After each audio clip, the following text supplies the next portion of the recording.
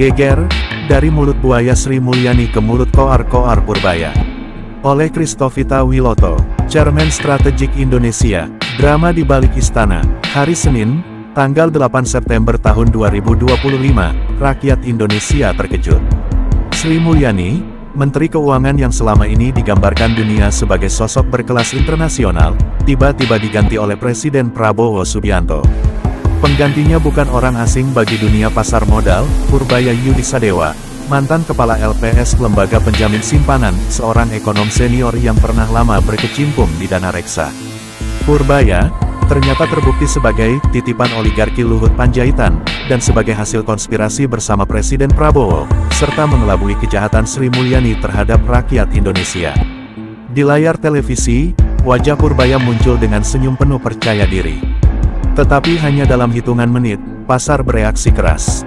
Rupiah jatuh lebih dari 1%, indeks harga saham gabungan ikut tertekan, dan media asing serentak menyoroti pergantian ini. Reuters, CNBC, Bloomberg, dan The Jakarta Post menurunkan berita cepat.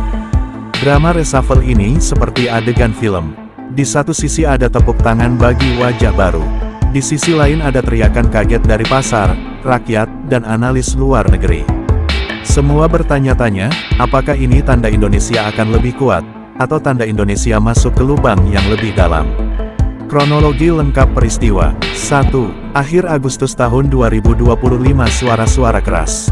Menjelang akhir Agustus, tanda-tanda keretakan sudah terlihat.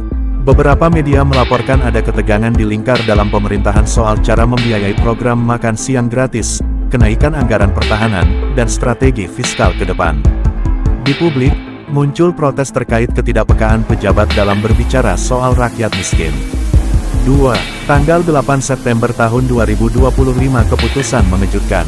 Hari Senin siang, Presiden Prabowo mengumumkan reshuffle 5 menteri, termasuk mengganti Sri Mulyani dengan Purbaya. Media lokal dan internasional langsung menurunkan breaking news. Reuters menulis judul, Analyst Reactions to Indonesia Naming New Finance Minister, tanggal 8 September tahun 2025. Bukti, berita resmi Reuters, CNBC Indonesia, The Jakarta Post, dan Kompas mencatat pelantikan hari itu. 3. Pasar bergejolak. Beberapa jam setelah pengumuman, rupiah jatuh lebih dari 1% terhadap dolar Amerika. IHSG turun tajam dan dana asing mulai keluar dari bursa. Obligasi pemerintah melemah, imbal hasil naik. Bank Indonesia dikabarkan turun tangan untuk meredam gejolak. Bukti, laporan Reuters dan CNBC menyebut pergerakan pasar langsung setelah reshuffle. 4. Reaksi